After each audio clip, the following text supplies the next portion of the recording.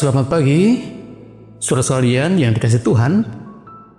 Kita berjumpa lagi dalam sapaan dan renungan pagi GKI Salatiga hari ini, Selasa tanggal 10 Juni 2025, bersama saya Pendeta Emeritus Iman Santoso. Sebelum kita mendengarkan firman Tuhan, mari kita berdoa. Ya Tuhan, kami bersyukur untuk hari yang baru ini. Engkaulah sumber kehidupan kami. Kami mau memulai hari ini dengan mendengarkan firman-Mu. Bersabdalah kepada kami akan mendengarkan dan merenungkan serta berusaha melakukannya. Dalam nama Tuhan Yesus kami berdoa. Amin. Saudara sekalian yang dikasihi Tuhan, coba perhatikanlah cara hidup para koruptor. Apa yang Anda pikirkan dan apa pendapat Anda dengan kehidupan semacam itu? Para koruptor itu bukanlah orang miskin yang tidak punya harta yang cukup. Mereka adalah orang yang tidak berkekurangan, bahkan bisa dikatakan mereka orang yang sudah sangat kaya. Namun mengapa perilaku mereka seperti itu? Mencari dan menumpuk kekayaan dengan cara yang tidak benar. Sebenarnya mereka adalah manusia miskin. Bukan miskin harta, namun miskin moral. Manusia yang tidak memiliki harga diri yang cukup. Hidup yang seperti itu adalah hidup yang gagal. Mereka menjadikan diri mereka tidak berharga. Perhatikan juga para gelandangan, orang-orang yang tidak memiliki rumah. Mereka mendirikan tempat berlindung dengan bahan-bahan yang seadanya. Papan yang tipis dan berlubang, kain yang sobek-sobek, dan kardus-kardus yang tidak utuh. Mereka tidur di sana dan tiap hari mereka memulung barang bekas untuk dijual demi mendapatkan sesuap nasi. Mereka bekerja dengan cara yang halal, tidak mencuri, dan merampok harta yang bukan miliknya.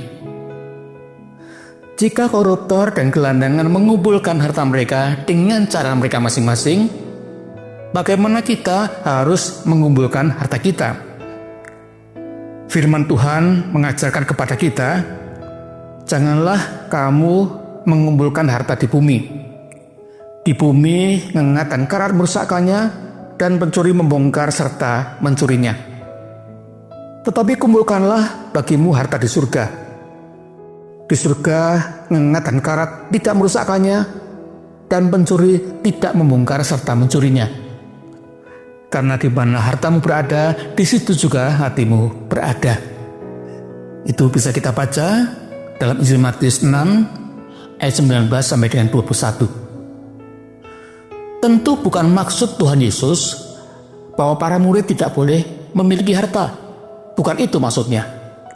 Tetapi mereka diingatkan bahwa cara dan tujuan mereka mengumpulkan harta harus dilandasi dengan pemahaman dan sikap yang tepat. Mereka tidak perlu merasa khawatir akan hidup mereka, sehingga mereka menumpuk harta sebanyak-banyaknya, seolah-olah harta adalah sumber kehidupan yang sejati. Mereka juga diingatkan bahwa dunia bukanlah tempat yang aman untuk menyimpan harta. Sebaliknya, para murid Tuhan Yesus diajarkan untuk mengumpulkan harta di surga, yakni hidup yang beriman dan terarah kepada Allah yang menjamin kehidupan mereka bahkan sampai kepada hidup yang kekal.